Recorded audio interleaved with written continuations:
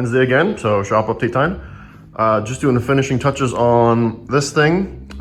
We put his original headlights back in, buttoned up a few little things in the engine bay, gave him a new coolant overflow tank. And currently doing his rear brakes, only we got the wrong rotors, so the right ones will be here tomorrow to put the rear Akabonos on. And this car is leaving. We're doing one long final test drive Tuesday next week, and then it's out of here, finally. The Z, obviously not on the lift anymore. Didn't get a whole lot new done on this. I'm not sure if this was last week or not, but we got this intercooler pipe done. We are doing the Gretty boost clamps on this. He wanted those, so I got to order those up. But haven't had whole lot done. I've actually been back and forth to medical appointments the past week, so hasn't been a huge amount of progress here. So yeah, put another about 300 miles on the cube. Drove perfect, as always. The white car, I got the exhaust manifold modified, so I just got to put that on. That's going to be a possibly tomorrow project. And then the Smart is back.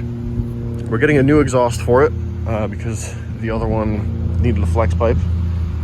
But it is actually back for upgrades. So we kind of ran out of adding power to this unless I started going over 30 pounds of boost, which I was not comfortable with on a stock engine. So we kind of called it. I forget how much power it made, but it made a decent amount of power.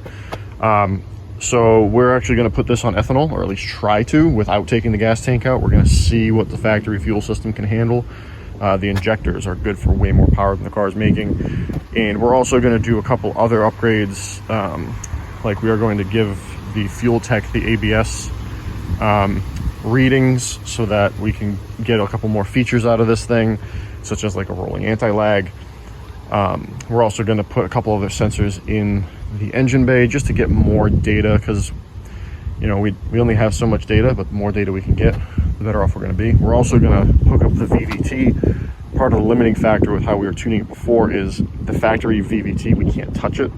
But Phil, who owns the car, is not worried about check engine lights anymore.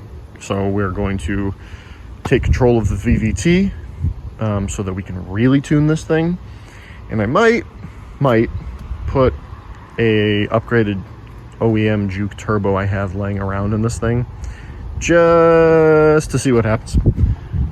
We haven't maxed out the DCT transmission on it yet. We don't know when it's going to max out, so we're going to find out. It will only take me a day to do the extra wiring on this thing, throw the sensors in it, and then another day to play with the tune.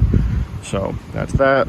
It's a black car, just waiting for registration so it can get its test drives on it. I do have to put its headlights back in, but that is pretty much all that is updated.